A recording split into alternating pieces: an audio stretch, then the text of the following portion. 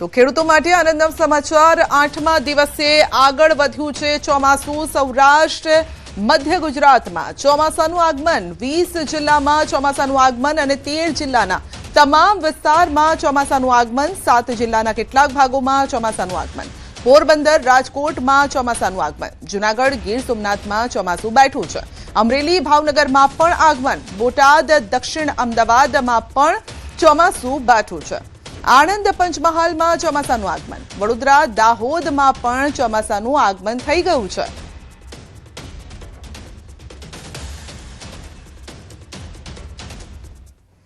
તો ધીમા પગલે ભલે ચોમાસું આવ્યું પરંતુ હવે થોડી રફતાર પકડી રહ્યું હોય તેવું દેખાઈ રહ્યું છે। ખાસ કરીને ગુજરાતની આપણે વાત કરીએ, પહેલા તો મહારાષ્ટ્રમાં પોરો ખાધો, ત્યારબાદ ગુજરાતમાં પોરો ખાધો એટલે કે દક્ષિણ ગુજરાતમાં પહોંચ્યો અને ત્યારબાદ ત્યાં જ રોકાઈ ગયું હતું, પરંતુ હવે દક્ષિણથી આગળ વધીને મધ્ય સુધી પહોંચી ગયું છે ચોમાસું અને હવે એ રફતાર આ 1 જુલાઈ આપ જોઈ શકો છો, લગભગ કહેવાય કે અડધાથી વધુ એટલે 40%, લગભગ કહી શકાય 30 થી 40% વિસ્તારને ચોમાસાએ આવરી લીધો છે। આ જે પટ્ટો, આ બ્લુ પટ્ટો આપ જોઈ રહ્યા છો એની આપણે વાત કરી રહ્યા છીએ, એટલે કે સૌરાષ્ટ્ર આ સાથે મધ્ય ગુજરાત અને દક્ષિણ સૌરાષ્ટ્રનો પટ્ટો છે એ દક્ષિણ ગુજરાત અને મધ્ય ગુજરાત સુધી આ ચોમાસું આવી ગયું છે અને હવે ધીમે ધીમે રફતાર પકડશે અને હવે ત્યાં એ આગળ વધવા માટે સાનુકૂળ પરિસ્થિતિ પણ અત્યારે દેખાઈ રહી છે, જે રીતે હવામાન વિભાગ પણ કહી રહ્યું છે, આગાહીકારો પણ કહી રહ્યા છે। વધુ અપડેટ મેળવીશું સંવાદદાતા લખમણ પાસેથી। જે લખમણ, ધીમા પગલે ભલે ચોમાસું આવ્યું પરંતુ હવે એવું લાગે છે કે હવે રફતાર પકડશે કે હવે પણ હજુ પણ ધીમા ડગલે ચાલશે?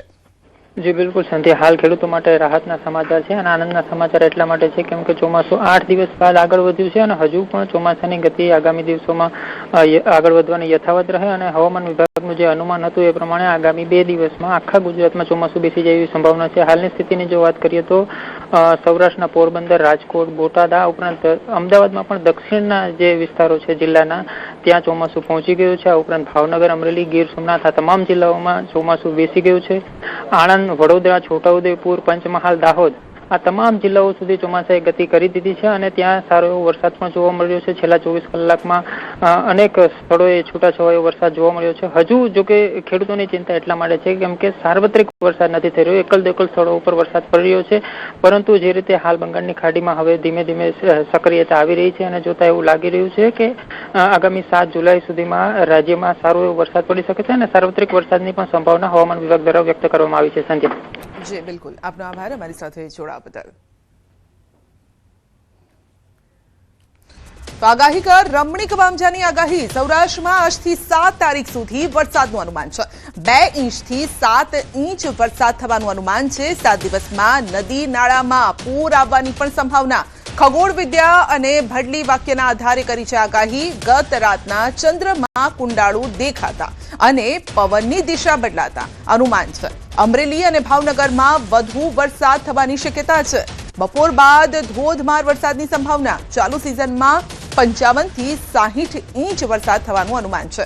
જુલાઈ માસમાં અતિવૃષ્ટિની શક્યતા વ્યક્ત કરી છે। ઓગસ્ટ મહિનામાં સારા વરસાદની સંભાવના છે। ભાદરવા મહિનામાં ગાજવીજ સાથે વરસાદનું અનુમાન છે। નવરાત્રીમાં પણ વરસાદ આવશે। ખેડૂતો માટે કર્યું છે અનુમાન। ખેડૂતો માટે વર્ષ સારું રહેવાનું અનુમાન છે। વાવણી લાયક વરસાદ થવાનું પણ અનુમાન। મગફળી અને સોયાબીનનું વાવેતર સારું થશે। કપાસનું પણ સારું ઉત્પાદન થવાનું અનુમાન છે। ભટલી વાક્યના અંદર આદ્રા નક્ષત્ર અત્યારે ચાલી રહ્યું છે।